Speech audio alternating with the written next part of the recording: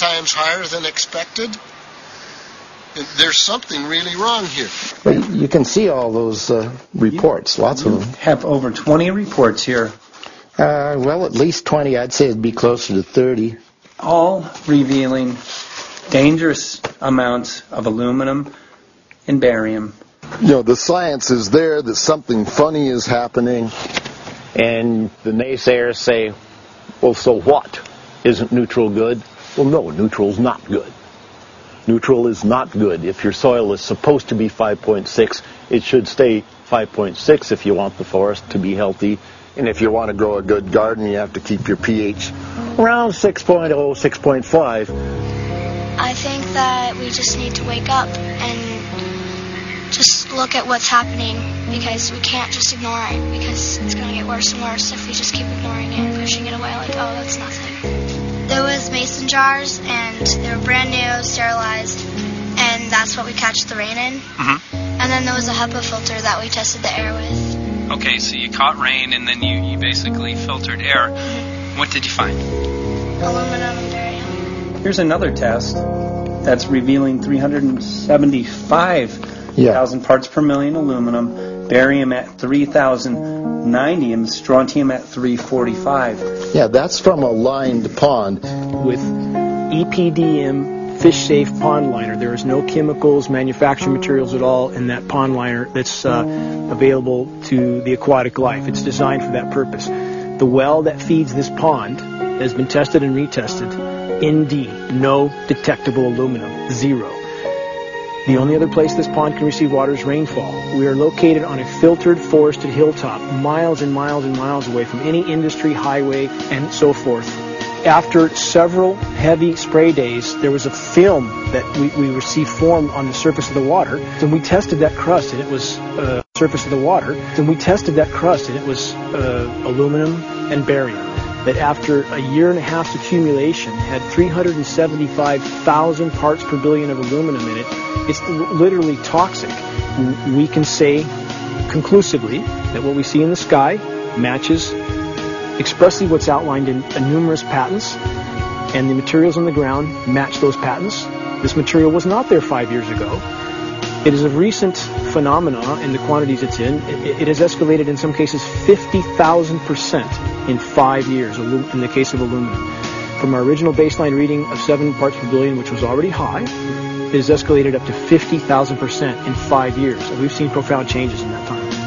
Dr. Leonard Time, PhD in chemistry, I cross-checked with him, and he says the oxides of aluminum, barium, and strontium will drive your pH into the coastal, from an acid soil like this up into the neutral. There's no question about it. And that's exactly what you see happening. Wow. I have a doctorate in inorganic chemistry from Oregon State University, in which I was working with different metals and oxidation states, and then did a postdoctorate work at Brandeis, where I was working stabilizing off-oxidation states of different metals. The goal is to sort of figure out how everything fits in the dynamic equilibrium of life. I was working with Francis up in Mount Shasta, and he showed me some rainwater analyses that had to do with levels of aluminum, strontium, and barium in the atmosphere. So I feel the major toxin in these chemtrails is the aluminum. And from the levels we were looking in at Mount Shasta, this is totally, totally unacceptable. When you get to metals and biological systems, you're no longer talking about the bulk aluminum that people think about when they're drinking from soda pop cans and that. So once it gets to the aluminum oxide stage, it just forms a plaque within your arteries and shuts down life. When you take elements that normally aren't out in the environment and you start putting them in the environment, it raises some serious red flags. Aluminum is a very specific, nasty in biological systems. It takes that site and it never lets go, and it shuts down the site, and that's it. And so as you accumulate aluminum over time, it causes major neurological damage because it ends up as aluminum oxide that's essentially stuck in place and can't be flushed out by normal systems. At the core of everyone's condition, there's always some level of toxins. And aluminum is known to have cancer-causing effects. The half-life is decades. I think that we should be working on taking more of these toxins out of our environment instead of adding more toxins in. It's very concerning that if we add more toxins to our environment, that will be increasing the rates and risks of cancers. Even one patient is not worth it. So sad that they would consider putting aluminum in our environment to affect something when they could be causing so much more damage. Wherever the material is coming from, it is there. The amount of metal falling on us cannot be disputed. Absolutely, this is not speculation. The amount of metal in the last 4 years, as I said, have increased to a degree of thousands of times, and California Air Quality Resources Board has studied the aerosols from China. These metals are not amongst them. Mike, the reason I've chosen to focus so primarily on this issue is I feel all other issues are secondary. What could be a greater priority than not being able to walk out your door and take in a breath of air without sucking up heavy metals? If our land base is being poisoned, if our waters are being toxified, what will we have left to work with? Whatever we choose to focus our time and energy on, whatever our political beliefs, that this is a common ground for all of us. We must have air that we can breathe that's not full of toxic chemicals and metals. We must have water that's not completely laden with whatever is being emitted from these aircraft. And if people stopped to consider that the atmosphere is as thin as a layer of paint on a basketball, it is an extremely thin layer that allows life to exist on this planet. To simply treat it as a physics lab and experiment with it until it is broken beyond repair is folly of unbelievable proportion. And if people understood that this sort of experimentation not only is going on, but it has been going on for a very, very long time. Going back 50 years, there's been countless climate manipulation, weather modification programs that the vast majority of the public is completely unaware of. And if they think that this is not true, that certainly that somehow they would have known if it was occurring, I would ask them to look at things like Agent Orange and the things that governments do because they can, because there's no one to stop them, because they have these huge military machines that want to control everything. And in fact, the government's own document, perhaps you may have seen, that it's available to any online, is called Owning the Weather, an expressed goal of our government, and not just our government. He told the Associated Press that the American government has created weather tampering techniques so that the New World Order will be able to starve millions of Americans and to control the rest. There is weather control techniques. Number one, the entire patents on the equipment. Number two, Senator Claiborne Pell's complete statement and story of his own that not only does it exist, but that we even utilize it as far back as the Vietnam War. Well, Murph, we're going to do what we can. Let's see what we can do.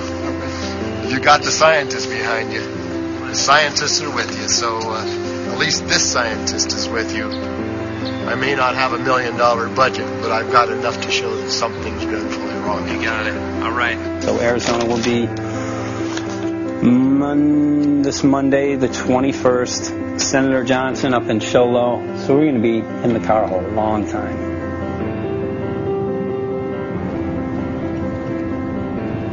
Well, it is such a pleasure. This is such my place back here, I'm telling you, Michael. But you know what? We love it. It's so private and it's so quiet and peaceful. And please come in. My name is Karen Johnson. I served in the Arizona State Legislature for 12 years. I was in the House for 8 of those years and in the Senate for 4 of those years. When you see a plane fly overhead, there's a trail that leaves the end of that plane, and it goes from one horizon all the way to the other as the plane flies across, and it begins to filter out and cover more and more of the sky in kind of ripples. It widens out and fills the whole sky. I mean, How could anybody think that that was the case? And then to live and to be underneath that and know that whatever is in that is falling down upon you and upon your animals and upon the earth. And I mean, it's frightening to me. And if people don't start really waking up and facing the fact that we've got people that are doing terrible things to us, and we had better wake up and fight back now. I mean, I'm the mom of 11 kids. I've got 35 grandkids. I mean, I've got a stake in this. I care about what is going to be left for my children. I care about it, and I'm extremely worried about what is going to be left to them.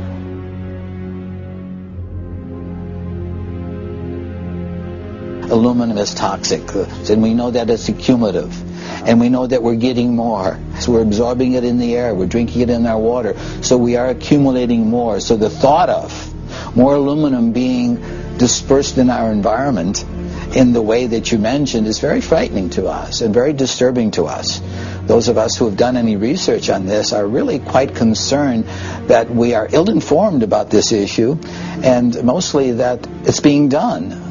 Aluminum is toxic. We know that it is. We can debate as to the amount of toxicity that is going to be disturbing the body, but as far as really accepting the fact that it's accumulative, it's synergistic, then we have to conclude that it's not a good idea to put it in our atmosphere, especially when we know we're getting increased amounts, and especially since we know that the scientific communities around the world are pointing a finger at the heavy metal toxicities, at the toxicities that we're absorbing in the day-to-day food that we eat and the air that we breathe. The concern is off the charts about why is this happening?